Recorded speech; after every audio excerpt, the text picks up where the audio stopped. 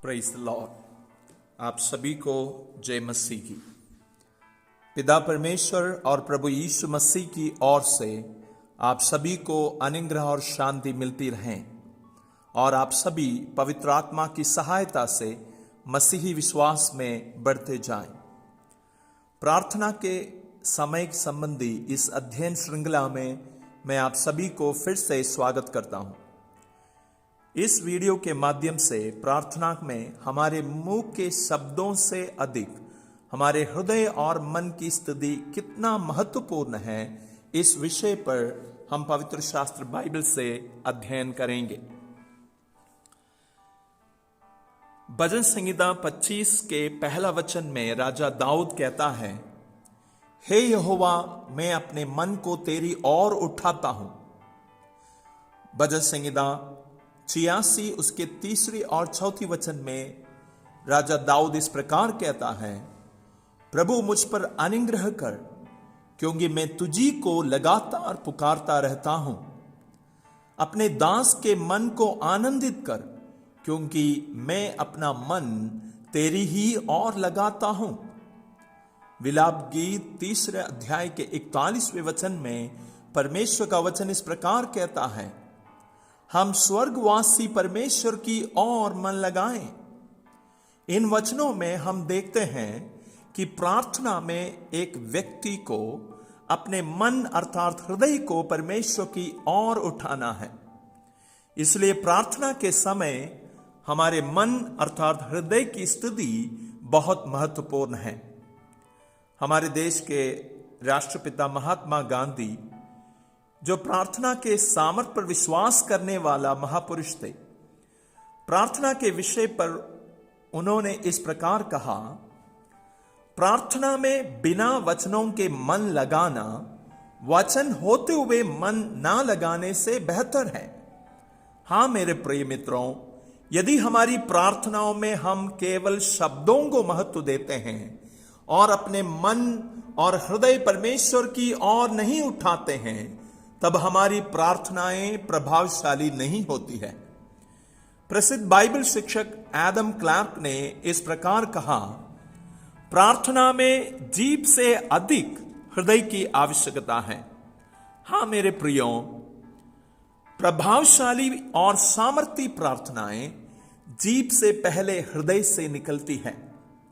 इसलिए आइए हम पवित्र शास्त्र बाइबल की ओर ध्यान दें कि प्रार्थना में हमारे हृदय की स्थिति के विषय में परमेश्वर का वचन हमें क्या शिक्षा देते हैं। पहली बात, परमेश्वर के वचन प्रार्थना के समय में हमारे हृदय की स्थिति के विषय में इस शिक्षा को हमें देते हैं कि हम एक शुद्ध हृदय से परमेश्वर से प्रार्थना करें। पहला यूहन्ना 3 अध्याय के 20 वचन से लेकर 22 वचन तक परमेश्वर का वचन इस प्रकार कहता है, क्योंकि परमेश्वर हमारे मन से बड़ा है और सब कुछ जानता है। हे प्रियो, यदि हमारा मन हमें दोष ना दे तो हमें परमेश्वर के सामने हियाव होता है और जो कुछ हम मांगते हैं वह हमें उससे मिलता है, क्योंकि हम उसकी आज्ञाओं को मानते हैं और जो उससे भाता है वही करते हैं। भजन संहिता 66 उसके 18 वचन इस प्रकार परमेश्वर के वचन कहता है, यदि मैं मन में अनर्थ की बात सोचता तो प्रभु मेरी ना सुनता। मेरे प्रियो, परमेश्वर का वचन हमें यह शिक्षा देते हैं कि हम शुद्ध हृदय के साथ प्रार्थना करें। यदि हमारे मन में कोई अशुद्ध बातें हैं या कोई अपवित्र बातों को हम सोचते हुए या कोई अनर्थ की बातों के विषय में विचार करते हुए हम प्रार्थना कर रहे हैं, तब हमारी प्रार्थनाएं प्रभावशाली नहीं होते हैं। इसलिए यदि हमारे मन में प्रार्थना के समय में किसी भी प्रकार की अशुद्ध बातें हैं, तो हम सबसे पहले हमारे पापों का अंगीकार करें और परमेश्वर के समीप जाएं, पापों की क्षमा मांगें, क्योंकि पवित्र शास्त्र बाइबल कहता है, यदि हम हमारे पापों का अंगीकार करें तो प्रभु यीशु मसीह का लहू हमें सब पापों से शुद्ध करने के लिए विश्वास योग्य है। जब हमारे हृदय को जो अशुद्धता से भरी हुई है हम प्रभु के पास लेकर आते हैं, उसके पुत्र का लहू हमें सब पापों से शुद्ध करते हैं। सो प्रार्थना में यदि हमारा मन हमें किसी विषय पर अशुद्ध ठहराते हैं या किसी विषय पर हमारे मन हमें दोष लगाते हैं, तो सबसे पहले प्रभु यीशु मसीह के लहू के द्वारा शुद्ध होकर हम परमेश्वर के करीब जाएं, एक शुद्ध हृदय के साथ हम प्रार्थना करें, तब हमारी प्रार्थनाएं प्रभावशाली होते हैं। दूसरा विषय प्रार्थना में हमारे हृदय की स्थिति के विषय में परमेश्वर का वचन हमें जो शिक्षा देते हैं वो ये है कि हम संपूर्ण मन से प्रार्थना करें। यिर्मयाह नबी के पुस्तक 29 अध्याय उसके 12 और 13 वचन में परमेश्वर का वचन कहता है, तब उस समय तुम मुझको पुकारोगे और आकर मुझसे प्रार्थना करोगे और मैं तुम्हारी सुनूंगा। तुम मुझे ढूंढोगे और पाओगे भी, क्योंकि तुम अपने संपूर्ण मन से मेरे पास आओगे।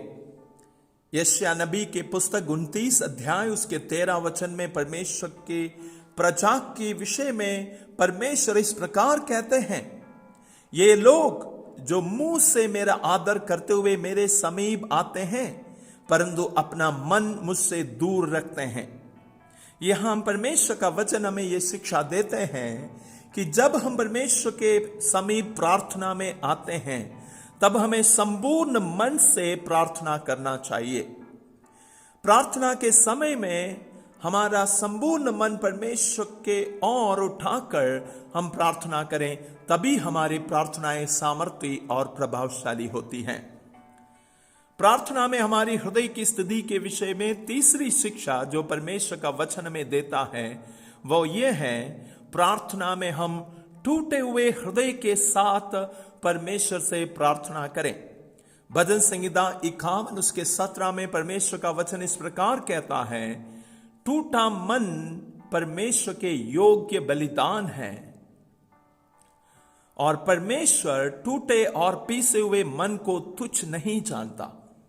भजन संहिता 34 उसका 18वें वचन में परमेश्वर का वचन इस प्रकार कहता है, यहोवा टूटे मन वालों के समीप रहता है और पीसे हुओं का उद्धार करता है।